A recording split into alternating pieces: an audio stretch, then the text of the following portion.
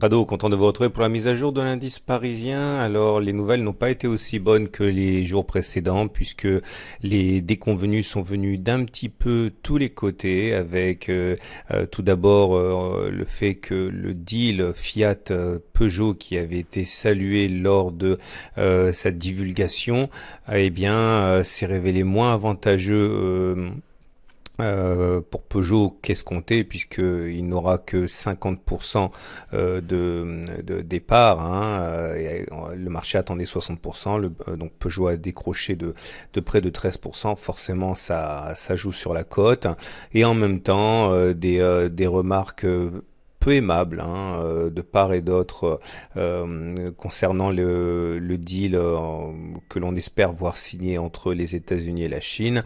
Bon, tout ça a fait que le moral n'y était pas aujourd'hui et le CAC abandonne 0,62%.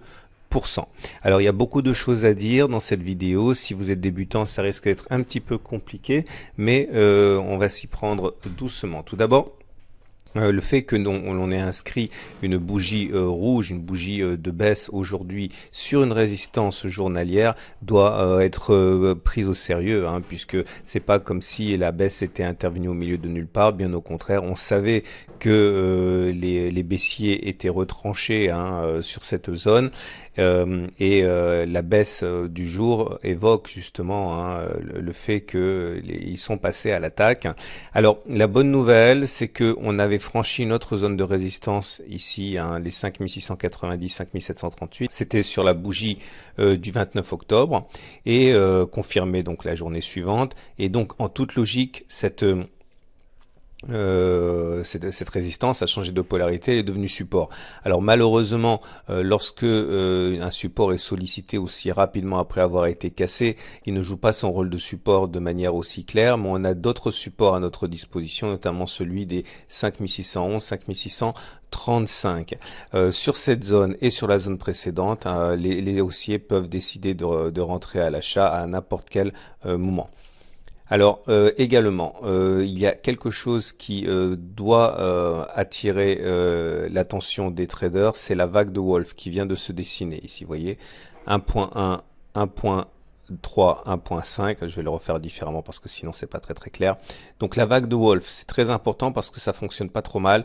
Vous prenez 5 points, 1, 2, 3, 4, 5, avec l'impérieuse nécessité que les points 1, 3, 5 se forment sur une ligne, ce qui est totalement le cas ici.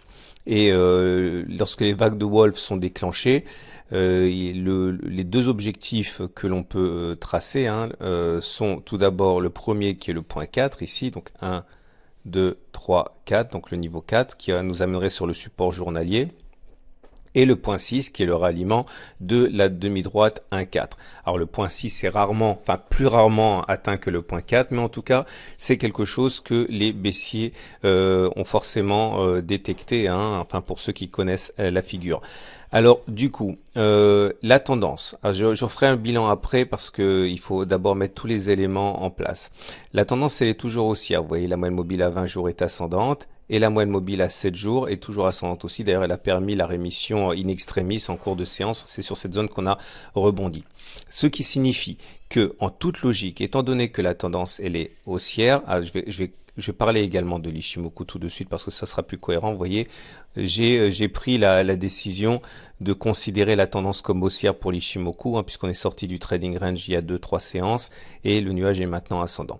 Tout cela signifie que normalement, puisque la tendance elle est haussière, si on a une consolidation, hein, parce qu'il n'est pas dit non plus que la consolidation se matérialise, hein, il est possible que ce soit contrecarré dès demain sur le support journalier, mais en tout cas, si la consolidation se met en place, normalement, tant que la tendance elle est haussière, il faut y voir une opportunité de rentrer. C'est du moins, c'est pas la règle, mais c'est statistique.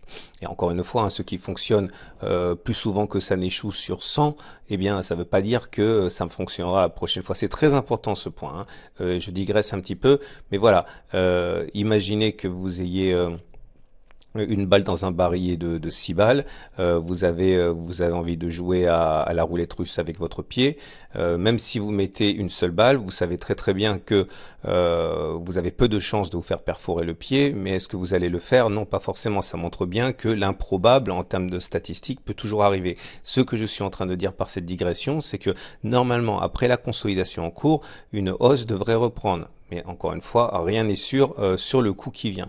Alors du coup, je digresse pour terminer sur mon swing. J'ai décidé de prendre mes bénéfices sur mon swing haussier à cause de la violence du signal. Avalement baissier sur résistance avec vague de Wolf. J'ai pas envie de jouer avec le feu, tout en sachant que j'applique ce que je viens de dire, à savoir que lorsque je considérerai que l'alerte est levée parce que la consolidation aura eu lieu, je rentrerai normalement à l'achat. Alors c'est très compliqué si vous êtes débutant parce que je suis en train de dire que la tendance est haussière alors même qu'on est sur des résistances importantes. C'est vrai, c'est là que c'est justement parfois un petit peu décontenançant hein, pour les débutants, mais je considère que la tendance haussière donnée par l'Ishimoku et par les moyennes mobiles et par le reste est relativement puissant et je me permets donc de subodorer que la résistance journalière à terme ne tiendra pas. Mais encore une fois, là je pense à voix haute pour vous expliquer comment fonctionnent les analyses techniques et les traders. C'est absolument pas un conseil, vous devez absolument vous faire votre propre opinion, ne prenez pas ce que je dis pour argent comptant. Donc, en imaginant que cela baisse et que l'on aille chercher le support journalier ici qui correspond au point 4, j'essaierai de rentrer là si j'ai un bon signal. Maintenant, il est tout à fait possible qu'on consolide un tout petit peu, qu'on vienne sur le support journalier et qu'on remonte tout de suite et qu'on envahisse la vague de Wolf. Tout est possible, c'est qu'une question de scénario. Alors maintenant que vous avez bien compris tous les éléments en présence, si vous voulez jouez quand même le scénario baissier parce que vous pensez que c'était une bonne blague ce qu'on a eu depuis 2 ou 3 semaines et que maintenant il est temps de passer à la caisse. Je pense qu'on peut trader la vague de Wolf, ce n'est pas un conseil. L'idée effectivement c'est de mettre un stop loss, vous l'aurez compris, au-dessus de... Alors soit vous prenez un stop serré juste au-dessus des précédents plus hauts à 0,9%, soit vous prenez un stop large à 1,6% par exemple, avec bien sûr un objectif qui doit être en rapport. Si vous prenez un stop large à 1,6%, il faut que vous visiez au moins un retour sur le support journalier ici pour avoir un ratio supérieur à 1. Okay.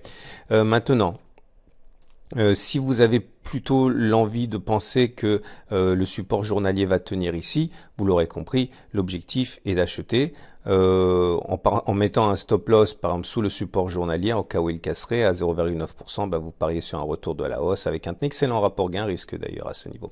Voilà, je vais pas trop donner de plan de trade parce que tout le monde n'est pas trader, beaucoup suivent l'analyse technique simplement pour apprendre, mais vous aurez compris. Toute manière, je vous rappelle que tous les trades envisageables et imaginables, vous pourrez apprendre à les réaliser avec le Pack to Trado où je développe tout ça. Hein. Alors, les indicateurs techniques également ont pris du plomb dans l'aile avec le MACD0 qui vient de croiser son signal à la baisse, le stochastique qui vient de croiser son signal à la baisse et le CCI qui vient de passer en dessous de sa zone de surachat. Les indicateurs techniques rapides sont baissiers. Vous savez, la règle du jeu est toujours la même. Pour imprimer un mouvement d'ampleur, il faudrait qu'il y ait propagation aux indicateurs lents. C'est pas encore le cas. Le momentum est toujours positif. Le MACD est toujours au-dessus de son signal et le RSI est toujours au-dessus de 50. C'est pas encore le cas. Mais si la contagion devait se faire, on risque d'avoir une correction un petit peu plus marquée qui pourrait éventuellement à terme modifier ma stratégie de swing haussier. On verra. Pour l'instant, vous l'aurez compris, je me contente de sortir de mon swing haussier parce que c'est pas la peine non plus de redonner au marché ce qu'il m'a généreusement donné, surtout que j'ai déjà eu un petit peu de bol. Si vous avez suivi les derniers épisodes, vous le savez. Voilà ce que j'avais à dire. Je vous souhaite une excellente journée. Je vous remercie, je sais, je me répète, mais c'est important pour moi, pour tous ces likes que vous mettez sur mes vidéos. C'est très important. Je pense que je dois avoir un des meilleurs rapports visionnage like dans mon domaine de compétences et c'est à vous que je le dois encore. Merci et à demain pour la mise à jour. Ah, j'ai oublié. Vous retrouverez sur le blog une vidéo d'analyse technique sur Orange et également, j'insiste, un tuto, pas un tuto, une présentation, un webinaire que je viens de commettre sur ce que j'aurais bien voulu qu'on me dise lorsque j'ai débuté l'analyse technique. Je pense que si vous êtes en période de formation ou si vous n'êtes pas encore satisfait de votre trading, cette vidéo pour vous sera extrêmement utile. Voilà, à demain pour la mise à jour.